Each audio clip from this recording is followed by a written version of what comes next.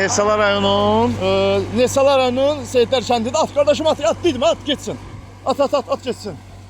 Nesalar rayonunun Seyitler kəndidir. İnşallah 3 kilovat 3 kilobrot 4 təkərimiz sarıqın olmasa tokumuz nə qədər düşür baxım. Tokumuz atanda yoncamız biraz göğüşüm idi. Şunurumuz da biraz uzaqdan gəlir. Bura baxın.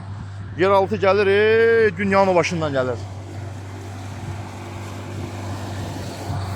Bunlar at geçsin. Qardaş, bunlar köşkamızı geçsin. Nesalar rayonunun Seyitler kəndi, ha? 3 kilovat, 3 kilovat, 4 təkərimiz sarı, 28 çarxlıdır. Bax, atfotlara bax, maşallah bax. At ora canavar kimi doğrasın. Gətir, atfotlar gətir. Gətirən qardaşım, son onlara doğrayaq.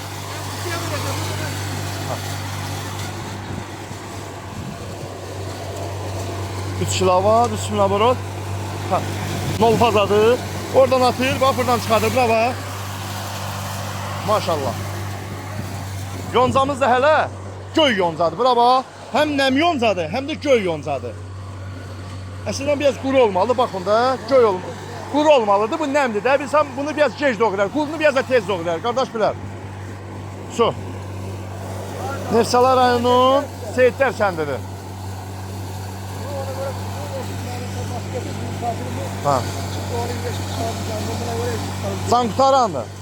Göy yonca daha baxın bax quru yonca deyir. Bax göy yoncanı doğrayır qardaşlar. Əslində quru doğramalıdır, belə bir şey doğramalıdır.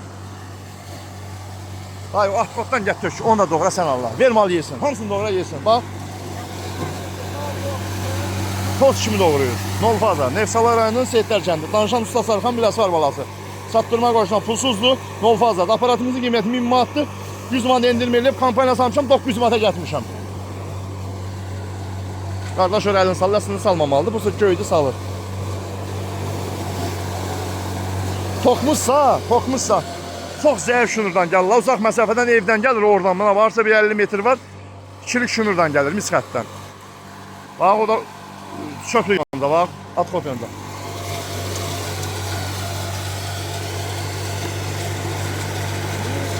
Nətər doğrayır? Şunur bax yeraltı gəlir.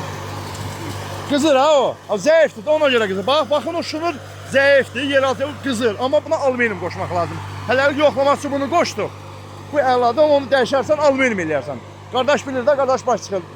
Verəsən tok çəkər. Nətər doğradı, əladır. Xeyirli olsun. İş budur, keyfiyyət budur. Söndür. Söndür. Allah xeyirci versin. Allah sanıza aldığınızda min qat əvəzini versin, qulluğunuzdan. Qardaş dəqiq.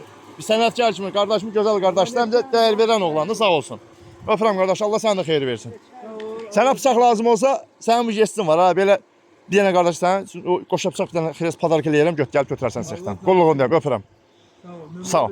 İnşallah ha, problem yox. Sağ ol.